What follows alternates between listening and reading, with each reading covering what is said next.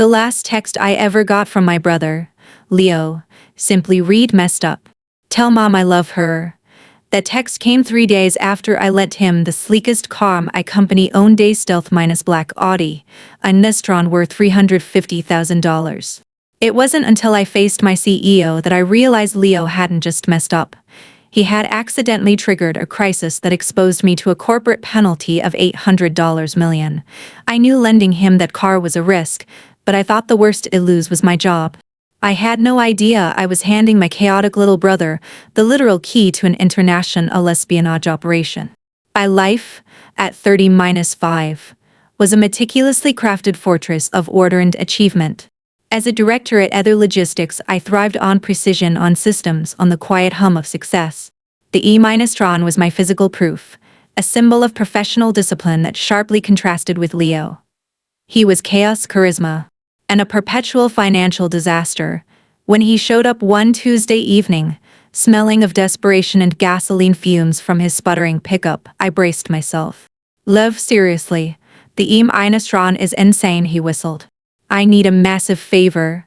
This is my last shot. My big pitch in Raleigh. I have to look successful." I knew the game. I knew the emotional blackmail was coming. "It's Ether's, Leo. I'm legally responsible. If anything happens, everything I've built goes up in smoke." He leaned against the Audi. His eyes widened, pleading, "I'm drowning, Liv. Every investor sees my ruck and sees a failure. Just one weekend, a chance to prove myself. Please, for mom." The guilt, the desperate, unreasonable hope twisted inside me. Against every logical bone in my body, I tossed him the key fob. "Sunday night, 7 o'clock. Don't be late." As the silent E-Tron vanished, I didn't feel relief. I felt the cold, undeniable conviction that I had just signed my own termination papers. Sunday night, 7 o'clock, came and went. The driveway remained empty, mirroring the pit in my stomach. The phone was dead, not ringing, just silent. By Monday morning, I was paralyzed. I accessed Ether's executive system, my hand shaking, and tracked the E-Tron's GPS. The last ping was days ago, static in an obscure industrial yard outside Asheville. I called in sick, fabricating a devastating illness while my mind raced through every possible catastrophic scenario. The guilt was suffocating. I was responsible for a corporate asset and had handed it to the only person in the world guaranteed to crash and burn. I spent 2 agonizing days dodging calls from the CEO's office. The pressure became unbearable by Wednesday evening, when I was due for a critical client pickup. I finally drove my personal car to Leo's low-rent apartment complex. The last physical anchor of his messy life, the smell of stale oil and cheap takeout, hit me first. The door was ajar, the lock plainly picked. The apartment was aggressively, unnervingly empty. No furniture, no clothes, no junk, just dust motes dancing in the sterile light. My fear crystallized into cold dread when I saw the note pinned to the refrigerator. I ripped it off, recognizing Leo's frantic, hurried script. "Messed up. Big. I can't face you. Tell mom I love her. Don't look for me." The word "big" was underlined 3 times. It wasn't just an apology, it was a desperate goodbye. The car was gone, Leo was gone, and I was utterly finished. I sat on the dusty floor, finally making the call to the police, my voice trembling as I reported the $350 report vehicle stolen. But even as I hung up, a far greater horror was dawning. I knew I couldn't hide the truth from Ms. Albright. The true crisis wasn't the police report. It was the inevitable meeting with my ice-cold CEO, where I would discover how much more than $350 I had actually lost. It was Thursday morning. I walked into Ether Logistics headquarters feeling less like a successful director and more like a sacrificial lamb. CEO Eleanor Albright, my superior whose reputation was built on ruthless efficiency, waited in her sterile, glass-walled office. I stammered through the confession, carefully minimizing the event. "I lent the executive vehicle to my brother for a short trip, and it has been stolen." I waited for the furious termination notice. But Ms. Albright didn't flinch. She simply leaned back, Her fingers steep-led, her eyes nerve-inglim calm. The car is insured, Olivia. That financial loss is trivial, she stated. Her voice a low, chilling alto. The issue is that vehicle was a designated ghost carrier within Project Chimera. She tapped a command, and a complex holographic map appeared. We are not just a logistics firm, we are a data firm that uses cargo as cover. The E-Tron was moving encrypted keys for our new AI-based predictive logistics software, 5 years and hundreds of millions of dollars of R&D. My breath caught in my throat. The car contained the software? Ms. Albright gave a tight, severe shake of her head. No, it contained the access point to the data. But that's not the true disaster. A custom-locked compartment in the trunk contained two crucial physical read flag assets. One was a prototype quantum processing unit QPU, a miniature supercomputer we developed.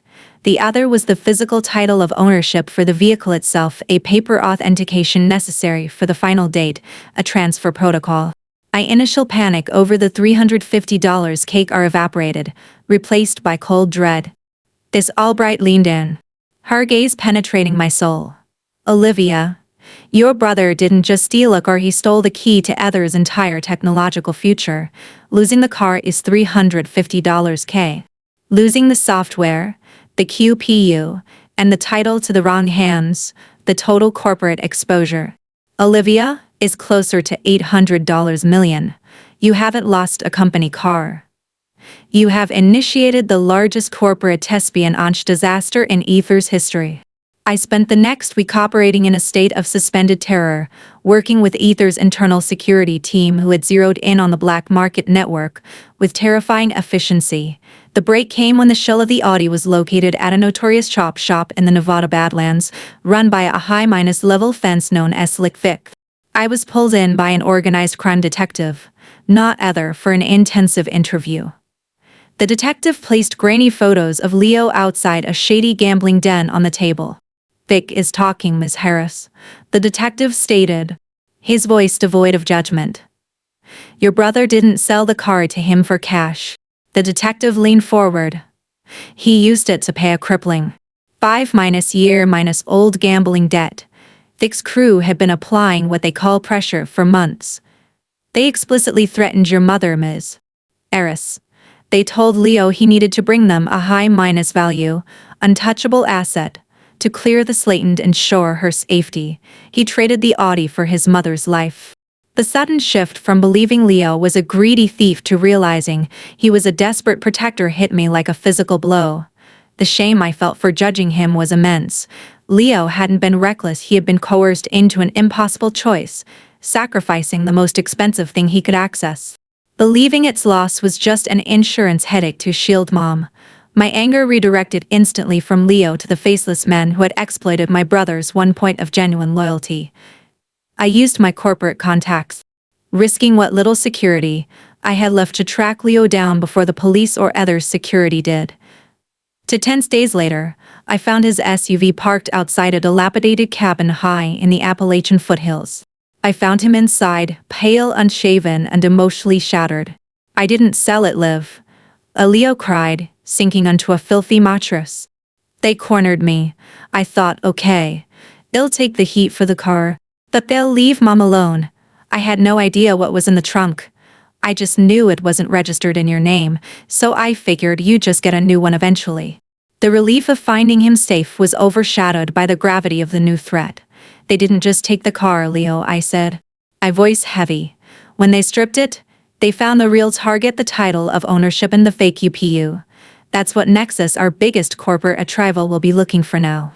My fear had now solidified into a fierce protectiveness for Leo. I went straight back to Ms. Albright's office, my composure rigid. The theft wasn't random, Ms. Albright. My brother was coerced to settle a debt. Vic's crew stripped the vehicle, which means the physical title of ownership and the red flag items are now in the hands of the criminal network. They will sell them directly to the Nexus Group. I braced myself for her fury, ready to offer my immediate resignation. Instead, the CEO offered a slow, chilling smile. Excellent, Olivia. That is precisely what we needed to happen. I was stunned into silence. Needed? We're facing an $800 million breach. You wanted the title to be stolen? Ms. Albright rose, walking toward the immense glass wall. Other logistics has been embroiled in an 18-month existential espionage war with the Nexus Group. Nexus wants our AI software. They've tried everything. We needed a decisive, surgical strike that would neutralize their intelligence network entirely. She turned back, the cold intelligence in her eyes confirming her genius and her ruthlessness. The $350 K Audi was never just a car. It was the centerpiece of Project Chimera, a meticulously prepared bait and switch.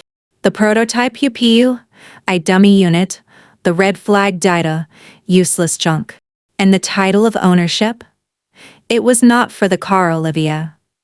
It was a perfectly forged deed to a shell company we created, an entity that appears to hold the intellectual property rights to our AI platform. I felt the dizzying realization of the conspiracy. So, the entire theft was orchestrated, Ms. Albright confirmed smoothly. We needed a plausible, deniable method of transferring the faked idol directly into Nexus's hands by passing all our own security. We knew Nexus had an insider working through Vic's network. We allowed Leo to take the car, counting on his desperation and Vic's pressure. When Vic's team stripped the Audi, they found what they thought was the ultimate prize: the physical, legal title to Aether's main asset. They immediately sold it to Nexus for a staggering, but utterly worthless, sum. And as Albright raised her glass, thanks to your brother's forced mistake, Nexus now believes they legally control a defunct shell company. Our AI software is launching next week, safe in Zurich. Your brother Olivia was the unwitting, necessary trigger for the greatest counter-espionage coup in Aether's history. The car was always destined to be stripped and its secrets sold. The air in Ms. Albright's office felt strangely charged with success and betrayal. Leo's deepest failure had become Aether's greatest triumph. The weight of the $800 million liability had lifted, replaced by the profound, unsettling realization that my impulsive, chaotic brother had been a crucial, unwitting pawn in a ruthless corporate game. What about Leo? I asked, my voice tight. He was threatened, coerced, and he committed a crime that benefited you. Ms. Albright's expressions softened, showing a rare moment of human concession. Leo Harris. He stole a company car. The matter is closed. I'll file the insurance claim and categorize it as an internal executive oversight. Vic's network is now Nexus's problem. Leo is safe, Olivia. She then slid a small, engraved card across the desk. Director Harris, you managed the ensuing crisis with integrity and focus. You located the critical information, the true location of the title, and brought it directly back to us. Consider this a significant promotion to Senior Director of Special Projects. Effective immediately, accompanied by a substantial, non-disclosed bonus. Other rewards, necessary risks. I picked up the card, feeling the cold weight of the reward. I had been promoted for unknowingly participating in a massive corporate deception that preyed on my brother's desperation, but I had saved my job.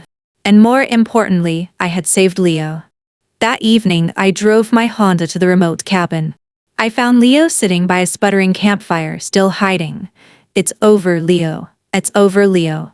I said simply, sitting beside him. The company knows everything. But your screw us up was exactly what they needed. You're safe. Mama's safe. The company won. Leo looked up, utterly bewildered. Am I here? You're an unwitting, chaotic, and very expensive tool. I corrected, a tired, genuine smile finally breaking through my stress. But you are also my brother. And you saved me more than you could possibly imagine. I knew I had a lifetime of explanation ahead of me, detailing how chaos and corporate conspiracy had intertwined. I had my career back, a promotion, and a new unsettling understanding of the line between success and criminality. The $350,000 car was gone, but the freedom Leo's reckless action had purchased for our family and for Heather. As an immeasurable, twisted gift, for the first time I looked at my brother. not as a burden, but as a dangerous, unpredictable force whose failures, ironically, had the power to change everything.